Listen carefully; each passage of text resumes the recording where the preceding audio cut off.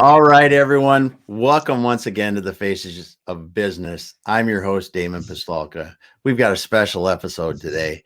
The last time my guest today, Michelle Gunn, and I tried to get on, StreamYard didn't like LinkedIn and some of the other live channels that we were going to. So we had to reschedule this one, and I'm glad that we were able to do it. And now I'm happy to say that it's running everywhere. So we're live and here today. So if you're listening to us on LinkedIn or Facebook or Twitter or something like that, just go ahead and drop your comments. We'd like to see where you're coming in from. All right, the cat's saying hello right from the beginning. So drop the comments where you're listening from. We would love to hear about that. And if you got any comments other than that during the show, go ahead and hit it, and we'll go from there. Well, Michelle, go ahead and introduce yourself and a little bit about your background now. But thanks for being here. Well, Damon, thank you so much for having me. And I'll just say Stuart. He's missed me the last few days, so All right, make Stuart. it up. I am a Gallup certified strengths coach, and I am building my business while I'm working full time for a church. I Uh-huh. am a wife of over 30 years. I have 3 adult children, 2 grandchildren, and I love helping people. I really love when I can help people see their value, to know their strengths. Some of the clients I've worked with thought they had no strengths. So to see the aha in their eyes, even as I'm telling you, 40 something adult, it's just so amazing. Yeah. Because there's really I don't think, and you can correct me if I'm wrong, but I don't think there's any time, any age in life to really make a significant improvement in your life. I think you can be 90 if it's your time to do it. It's just when your mind is ready and you've found the right things and do that. Do you believe that? I do. And we're all in different stages in life, and we're all at different stages in realizing who we are as a person. Some people, it takes a lifetime because of the way they were raised, Yeah. because of things that have happened in society. And oftentimes we are judged by what we produce and the money it brings in instead of our innate talents to how we serve on a personal level. Yeah. Yeah. That's for sure. And I think you're right. I think it's really about when your mind is ready for it, you're in the right point in your life or whatever point that is, could be high, could be low, that you are ready to make the changes or find the changes that you need to make. Yeah, I think also having the right people around you. Definitely. Oftentimes, there are people who they make friends with just whoever happens to be around or who approaches them, and they kind of are choosing to be a person they were told they should be, Yeah. um, which doesn't necessarily mess with their talents, and they're not really happy. So they're kind of miserable, and that's the kind of people they attract. Once you actually get to know yourself and who you are, accept yourself, and love yourself, you'll start attracting the right people that can help bring out the best in you, and you'll do the same for others. Yeah. Yeah. That's cool. That's cool. Yeah.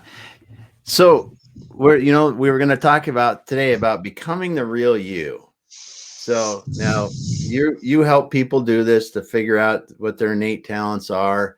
So what are some of the ways that you're going to help somebody? We're going to sit down, we're going to talk about this a little bit. And what are some of the things that you're going to help a person do to find those innate talents that they and the special talents that only they have? Well, first, I'd like to say that there are many great coaches out there that use different tools, different methods, and I don't think there is one way that's right, although I have Mhm. a preference. Um, it's important that you work with someone who you mesh with, who you're a good fit with, you feel comfortable, because you need to build that trust level. Because if you're not truthful about yourself and your feelings, you're not going to get to where you need to go. Um, that said, I um, myself have went through a path. Some of it was what I was told I should be doing, what was expected Yeah. of me. But really, I just recently really found my passion the last few years, and Nice. that is because I took the Gallup Strengths, Clifton Strengths test assessment. Sorry, assessment. People might know it as the Strengths Finders. When Don Clifton, the founder, died, they renamed it Clifton Strengths in honor of him. And what it was for me when I got my results, it was really a confirmation of who I am, and some of it was an explanation for ways that I know I was and were told maybe I shouldn't have been that way, or people saw it in a negative way.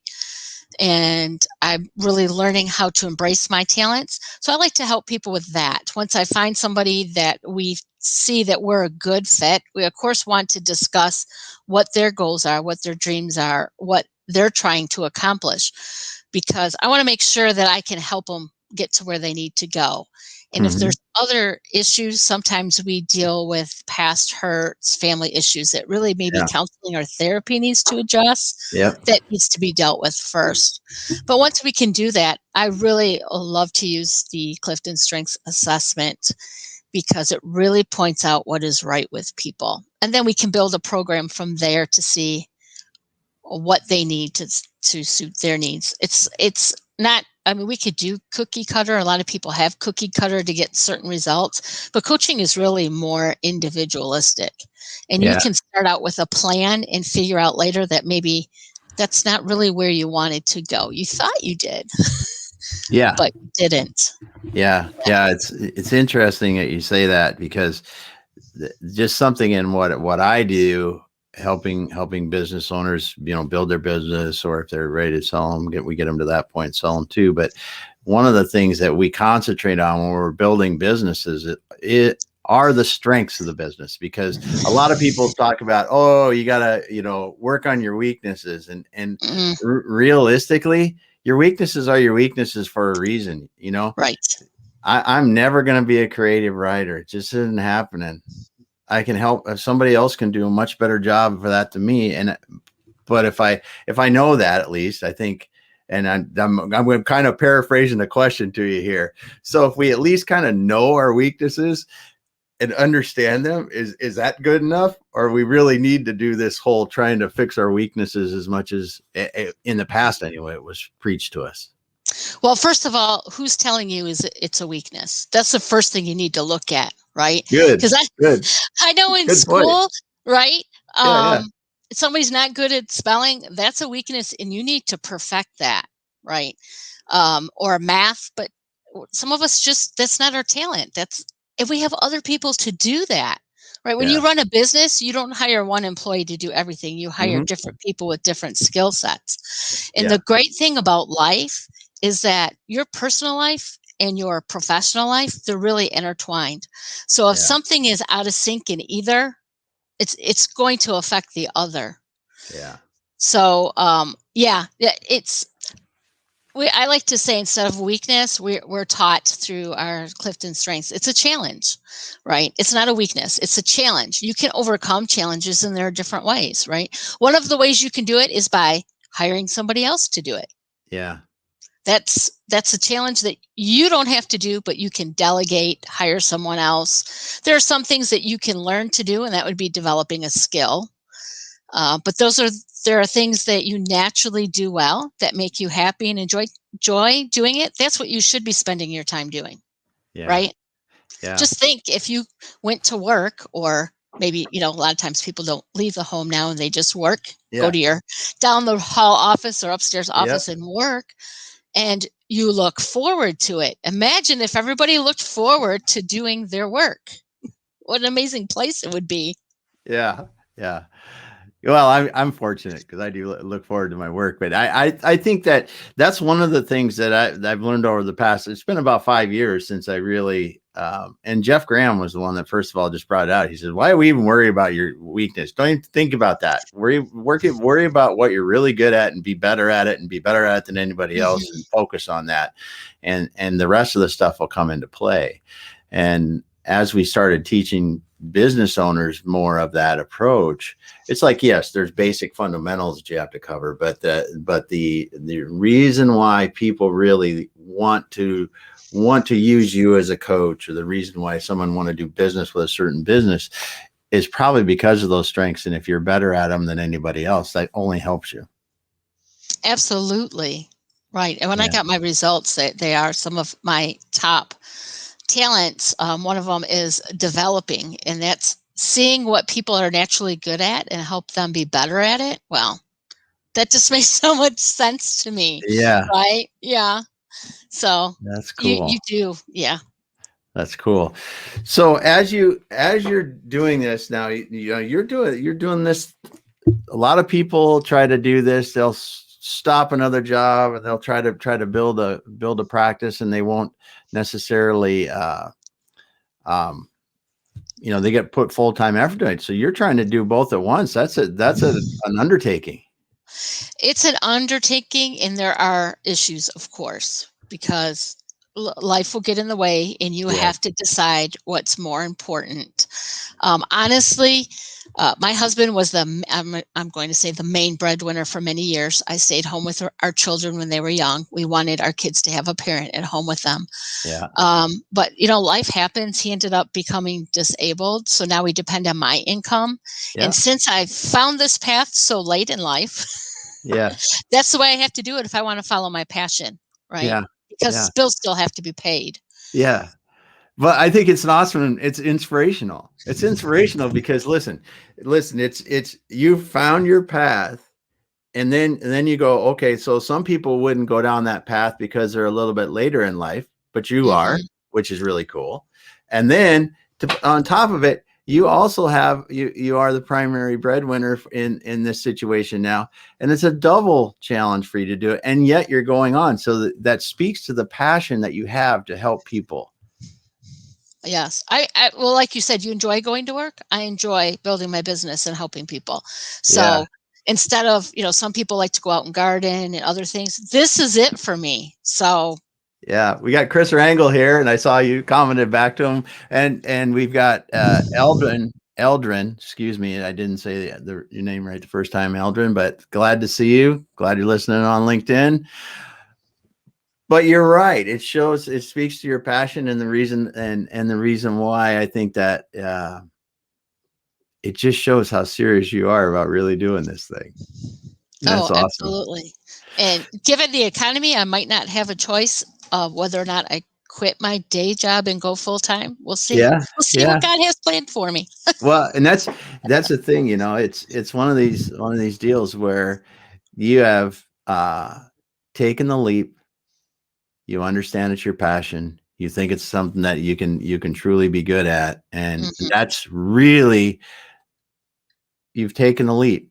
You've prepared yourself to do it. That's all we can do in being entrepreneurs. So we've got Bonnie said hello. Hi, Bonnie. Awesome to see you for coming at us from New York with the Go Lids. Always like her TikTok videos, man. They are crazy popular. That's cool. So, couple other things because I look, we met on LinkedIn and everywhere else because Hmm. Thane Isaac's got that great Tuesday night thing that I try to attend as much as I can, and you go to that. But you excuse me, you on LinkedIn, you got 66,000 followers. That's maniac level right there. So I mean, what do you think's the most important thing on LinkedIn for people to help find their calling on and find the people to gather around them? What were you doing, you think, that really got people to engage with you?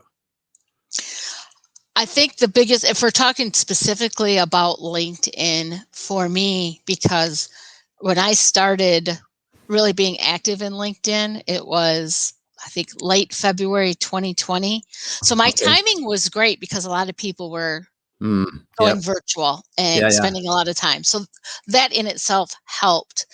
But I find I started out as an open connector. Yep. I'm not so much anymore. I try to be, but there's so much sorry Yeah. crap out there now Yep. Yep. and abuse. Yep. But actually being authentic, providing value, giving real content that people get something from, and engaging with other people. It's nice to just put content out there, but when you go engage with people on their content, they Yeah. really see who you are. And most of the people that I know better that live nowhere near me, some of them out of this country, are because we started a conversation in the comment section. Yeah. And it grew Yeah. from there. Yeah. That's great. And Bonnie just reiterated, well, I've got the wrong one up here, but we'll talk about that one from Chris. Bonnie said, work on your strengths and hire others on your team for your weaknesses. That's right. That's right.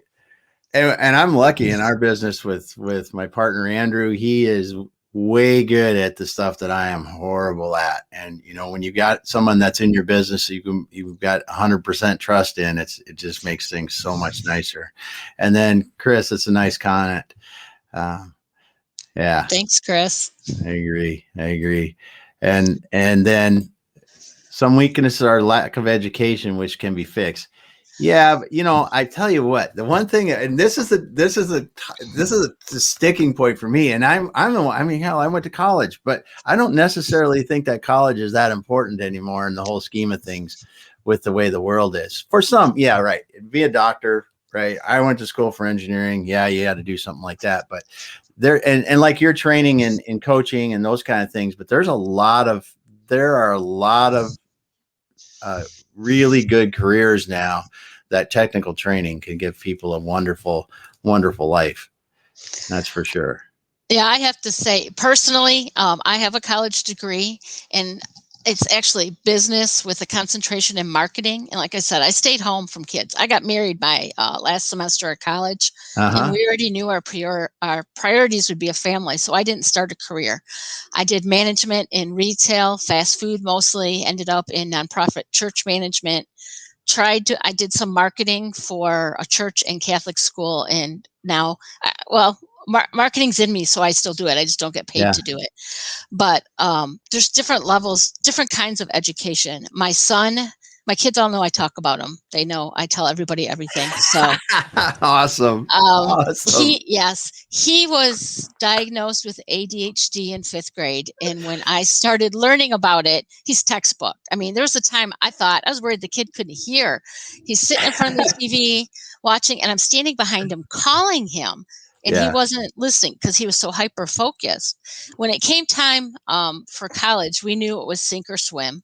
We encouraged all of our kids to attend. Two have attended. One has graduated. Yeah. My son, the first year, he failed. He had the experience. Yeah. I think there's a little bit of regret that he had it, but there's also, he knows. He ended up coming home working, and then joined the Navy, where he entered the second most difficult program in the Navy. Awesome. And was successful.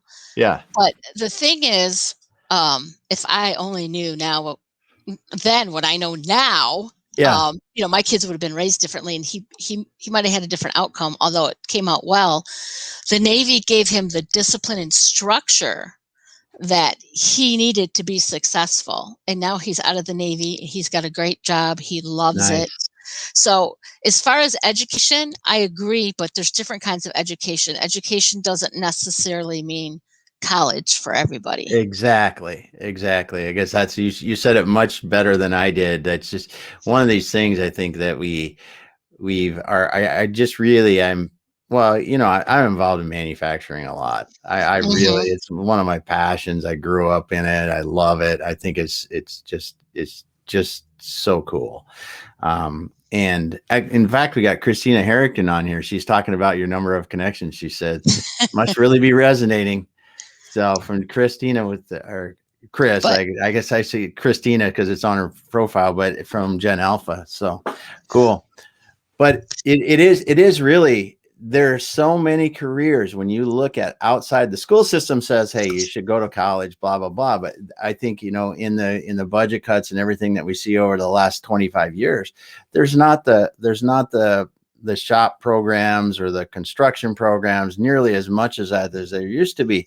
Because listen, if you can go to a factory and learn how to be a good machinist or a good welder or a good supervisor or whatever, those are great jobs when you compare to the other alternatives of, I'm going to get out of high school and not develop my skills beyond that and try to work. And I think that I just, it bugs me a little bit. I'm done getting off my soapbox. But Damon, really, if you know yourself, know what your innate talents are, the Clifton Strengths is not a tool to choose your career, but it can choose you in the direction, because we're happiest when we're using our top talents. Yeah. So if we pick something where we can't ever use it, you're going to be miserable. Just like someone who loves to be outside, they may be smart enough and have the skills to work in an office, say accounting or something like that.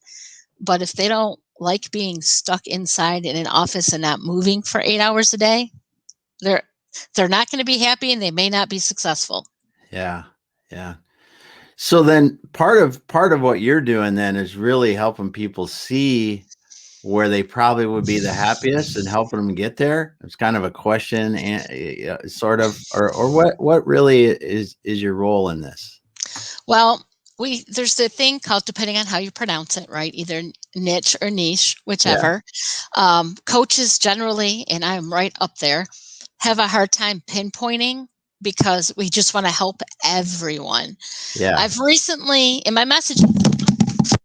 Whoop. I think we had a cat accident. There we go. We're coming back. That's all right. I can't hear you. We'll get you back in a second. We're good. So let's see if we got you now. Nope, can't hear you yet. Try it one more time. That's for sure, Bonnie. No, I can't hear you yet. All right. You can go out and come back in again. I can't hear you for some reason. I'll let you back in. Well, she's going to get her technical difficulties fixed real quick. It'll be just a moment. She's got to figure out what's going on there. But you're right, Bonnie. If you're not fulfilled, title money won't matter. I mean, you're a great example of that with your passion, with your Go Lids project and products, and how you're helping that, and how you went and are now with your e-commerce efforts through that, and all the stuff that you're doing there. It's really cool. And then, all right, someone else stepping in to say hello. Great to see you. She will be back in here shortly. There we go. Okay, can you hear me? Yes, I can. See, just like that. My cat knocked my laptop down. My thing for my headphones, so I don't think it works anymore. That's what happens when you leave your cat for 3 days. They get back. Yeah, no worries. We're good. I filled the void as best I could, and then we were talking about Chris is how. We were talking while you were off. I was talking. Bonnie said this, and I got to back up here. I got to back up. I'm not doing it right here. The chat's coming like crazy. So Bonnie said, if you're not fulfilled, title and money will ultimately not matter. And I said, yeah. And I was talking about her product and how she, you can just see the passion in what she does. And I see it in your face too, as you start talking about helping people. And then she followed up with this. She was thriving, but not happy. So yeah. And then Chris is agreeing too. That's great. So Chris Rangel's saying he's liking it. So Michelle, what are some of the things that you like most about what you get to do? So that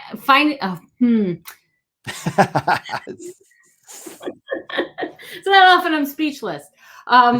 Really, because I can really see in people's faces, in their eyes, when they have that aha moment that they have value, or they've overcome or figured out something. And I just, that's what does it for me. Just really seeing people understand what they're worth, because the world is always telling us what is wrong with us, what we don't do right, what we need to be more like. So to see someone actually be able to embrace who they are and know that they're needed. All of us are needed for who we are in the world. Yep. That's cool. That is cool.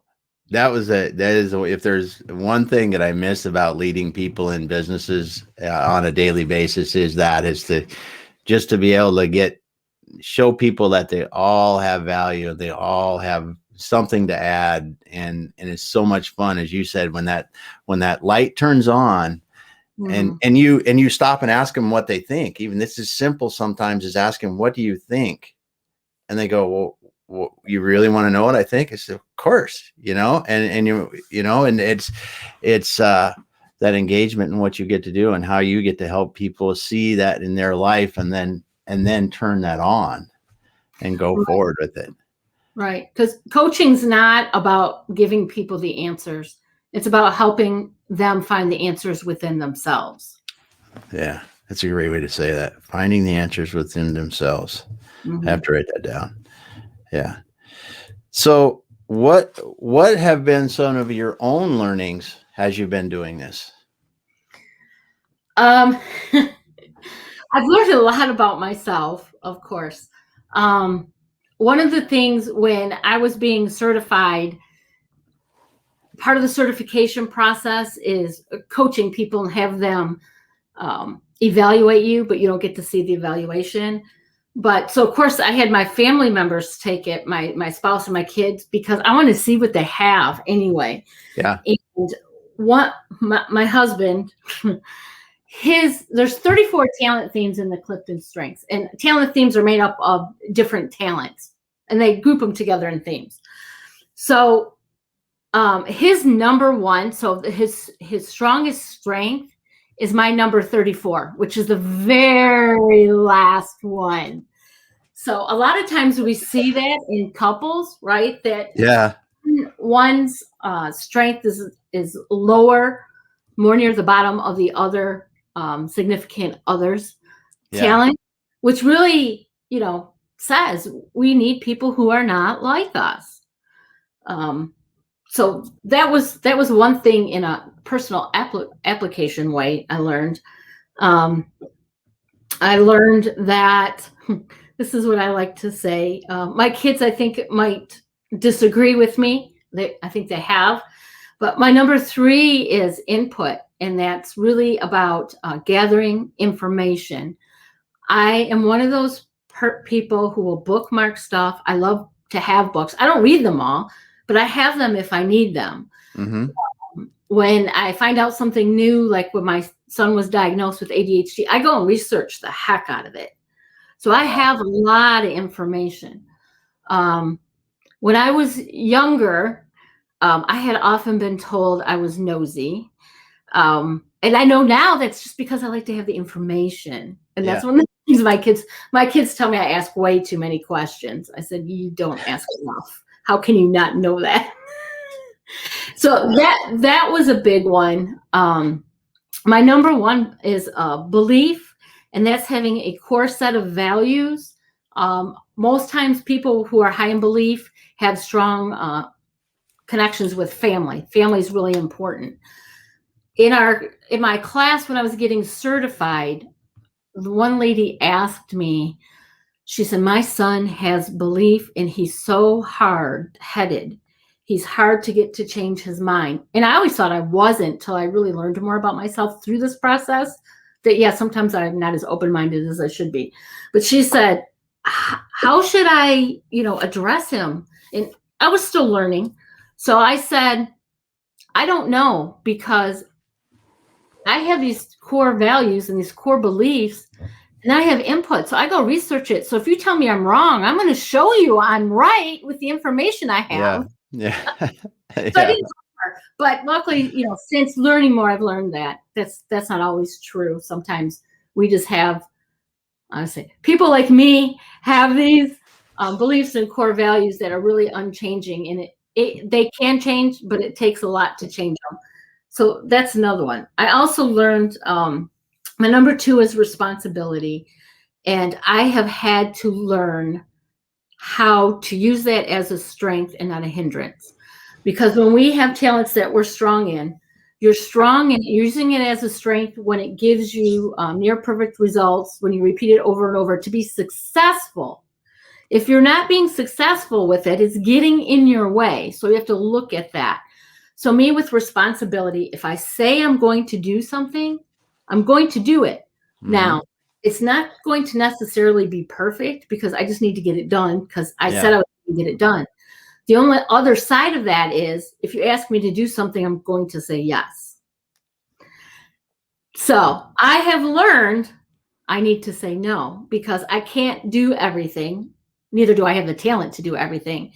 But it's also not helping me be successful or help the other person. Yeah.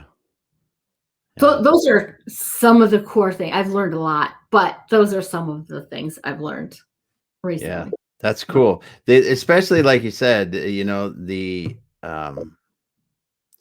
saying yes to too many things. I think the people that want to really get a lot done and achieve things, they think we all get stuck in that trap. We just said yes too much, and then before you know it, it's over the top, and that's good. The other thing I just think is I was giggling at a little bit is when you said your husband's number one when you're number 34, and I bet that's about my wife and I. I'm sure the pyramid is flopped. It's got to be. It's just like, but I think also that diversity is telling too. I mean, you've been together with your husband for more than a couple years, and it's and there's reasons because of that and for that, and that's cool.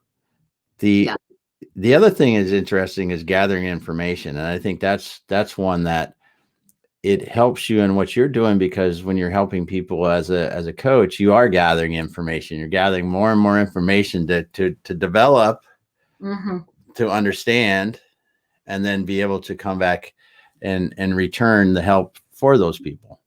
Mm. That has to. Yeah. Go ahead. I'm sorry. Go ahead. I also like to share information. Sometimes I share too much. So I like to gather, and then I like to give it to people. Yeah. Well, I mean, as a coach, that's what you really need to do, though. You need this gathering of information is really asking the right questions, understanding, and then if you need to understand further into a piece and or there, and then you formulate and then help them, like you said, find the answers within themselves. Absolutely. Yeah. Yeah. Very cool. So what has been the most challenging thing about coaching that you've found so far?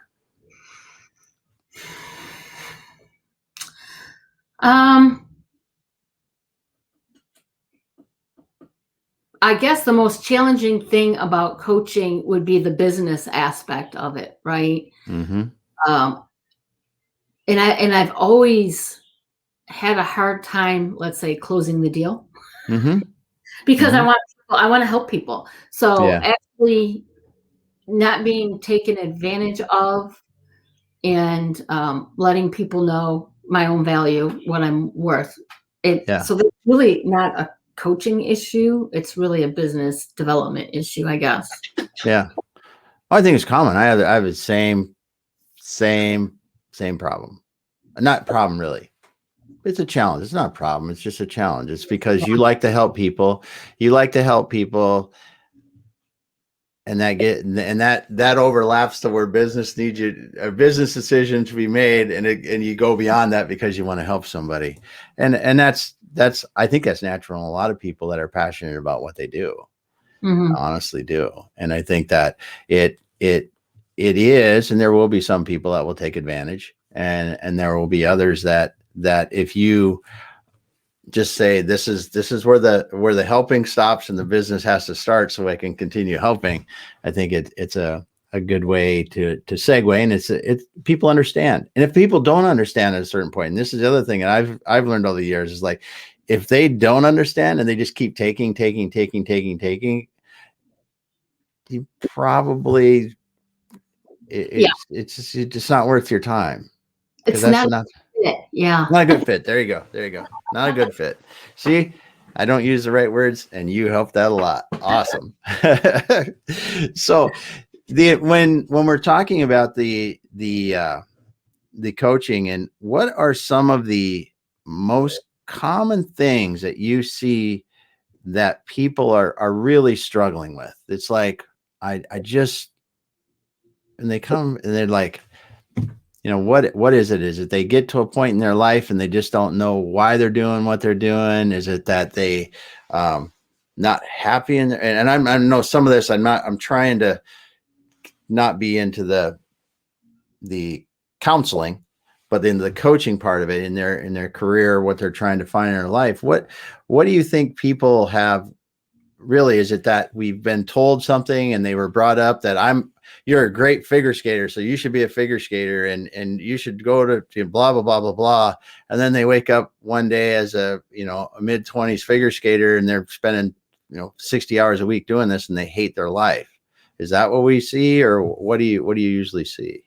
Yeah, I think that the issue that leads people down that path is because we don't generally spend time thinking about who we really are and what we really want, right? So we go through high school, and depending on your parents, how they were raised and what their education level is, some kids are told, and back in the day, and some places now, they still have the VOTEC school, so they can't take Yes. you're going to do that, or you're going to take the college prep because you're going to go to college. I'm an engineer. You need to be an engineer, kind of like that. And students aren't taught to really think about what they want, what makes them happy, to figure out what path they want. So by the time we start thinking about what makes us happy or that we're not happy, right? We have a mortgage, we have car payments, a lot of times children, and it's just hard to go backwards because it is hard. And I know a lot of people have gone and gotten, their master's degree while they're working 40 plus hours and have a family. It's not me. I can't do it. But there are people who do that. But by the time you have all that going on, people are really just thinking about how to pay the bills and still lead a somewhat happy life and be able to take vacations. If you stop all that and pursue your purpose or your passion, something's going to give, right? Yes. And the times we're not willing to give that up, either for ourselves or because we're putting other people in our life first. So I know there's a lot of coaches that now work, because Gallup's doing a great job of helping people get into schools and universities, coaches, and they have programs to help students figure that stuff out. Yeah. Yeah, I think it's funny that you said that, because I was about how people get into it and they've got the mortgage and everything, and then they can't really change what they're doing, or it's much, much more difficult. And I was talking to my son, who's going to graduate in college in December, and from college in December. And I said, listen, this is a time that I think you should decide if you want to work for somebody or you want to have your own business. Like, I don't have experience. I said, yes, but you don't have bills either. Right. And if you start working for somebody else, and you start making that money, and you start, you're going to have an apartment and then a car and then vacations and all this kind of stuff. And you're going to be down the road 5 years and try to do a business. At that point, you have 5 years of all that stuff building up and becoming dependent on that income. Whereas when you come out of college, yes, you're not going to have the experience right away. It's going to maybe take a little longer to generate whatever you want to generate. But with some assistance, you probably can get yourself off the ground in a reasonable amount of time, without trying to do it with all the baggage that you're carrying, the busload of baggage that you're doing when you're 5 or 6 or 10 years down the road. That's a great point that you made, because I think so many people get down that. And like you mentioned earlier, you can do something where you make a lot of money. And Bonnie said that too, that you'd be highly successful, but not happy. Right. And you get to a point in your life and you go, listen, I am successful. I've got money. But I'm still just dreadfully unhappy. And that's a great point that you make there. I'm going to make a little plug. There's a podcast. Actually, I did a recording, so I think it's going to come out in a couple of weeks. They're going to let me know. It's a podcast called Enjoy Success. Yeah. And the first question they ask of their guests is, how do you define success? I recommend, if somebody's looking for something to listen to that. The range of guests that they have on that show are remarkable. Yeah. They have people who are, like you talked about, have that classic success, right? But most of those people still don't define it by, I have so much dollars in the bank, my house is so many square feet, I have 4 cars, or whatever. really not what it is, because that kind of success does not bring happiness. Yeah, exactly. It just doesn't. They probably talk about the people they've been able to help. I mean, when you look at it and you go, let's just take a real, well, he's kind of, controversial a little bit, but Bill Gates, right? Bill Gates doesn't really look at Microsoft as much as he looks at the Gates Foundation and trying to eradicate like the diseases. He's trying to eradicate a disease from the world, which is crazy, huge thing to do. But, and you just see that's what they're passionate about, and what they want their legacy to be. Absolutely. And it's not the gazillion bucks they made. It's the impact that they can do. Right. The bazillion bucks is the vehicle to actually do what they love. And that's someone, I forget who said it the other day, but I was reading something and it says, money is not everything. Money is a vehicle to leave the impact, but it is the thing that allows you to leave the legacy and impact you want. And that's if you use it the right way, it said, or something like that. But that's a great point. So what should I have asked Michelle that I didn't ask Michelle? I don't know. What do you want to know? I don't know. What do you like to do what do you like to do outside of work and stuff? What do you like to do? I like to coach people. Yeah. I love my cats. Yeah. We're down to 7. Most of them are rescues. Nice. A lot of litter pans. I'm just going to say that. Yeah. I like to spend time with family. I love learning. I love talk shows. I love talking. There you go. Good stuff. Good stuff. But it's funny you said the first thing you said, I love coaching people. That's great. Because I have to hold myself back from talking about business with everyone, because I'm kind of almost a savant in some ways. It's just like my mind just goes there. So you have to stay outside of that when you're with people. But it's just your passion shows. Your passion shows in what you love to do, and that's cool. So Michelle, it's been awesome having you on. I'm so glad we had this time to get to allow you to share more about how you're helping people, more about how the coaching, your thoughts on coaching, and help people really discover their innate talents and find those within themselves, and you helping them discover that, and then helping them not only discover it, but start to utilize them. Yes, exactly. Because it's cool to find them, and then I bet when they start to utilize them, it really is something. Right. Knowing it is just the beginning. Utilizing it to be successful and impacting other people, that's where you'll find the most joy for yourself. Yeah. It's good stuff. Good stuff. Well, Michelle, what is the best way if someone wants to get a hold of you? Well, I'm on LinkedIn every day, 7 days a week. Not 24/7. I try to sleep. Yeah. I do have a website. I'm still working on it, but it's michellegunn.com, 1 L, 2 N's. I'm on Facebook. I've not on Facebook as often because LinkedIn is the place to be. And I am on Instagram. My business is Cultivate and Thrive, and I have a LinkedIn page and a Facebook page and an Instagram page. So come follow. But with me, what you see is what you get. So I'm not sorry. There you go. There's no reason to be sorry. But I just want to thank everyone else for listening. We had Bonnie and Chris Rangel, Chris Harrington. We had some other people that were, and I don't mean to, but I was rolling back through the chat here, Eldrin and others that were listening. Thank you so much for spending the time with us today. And thank you for listening. Thanks to Michelle for being here. It's been great. I am so happy to get to talk to you a little bit more. And we will be back again tomorrow.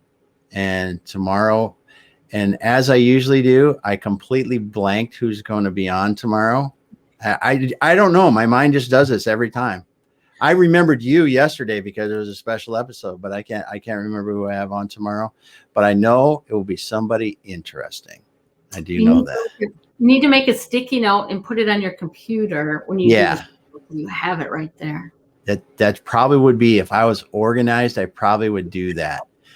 But no, we're having fun with it, and we will be back here again tomorrow at 3:05, like we always are, because hey, we want to start at 3, want to talk a little bit, then we get on when we get ready. So it's good stuff. Michelle, thanks for being here. Everyone else, thanks for listening. We'll be back tomorrow. Thank you so much for having me, Damon. You bet. Have a great rest of your day, everyone.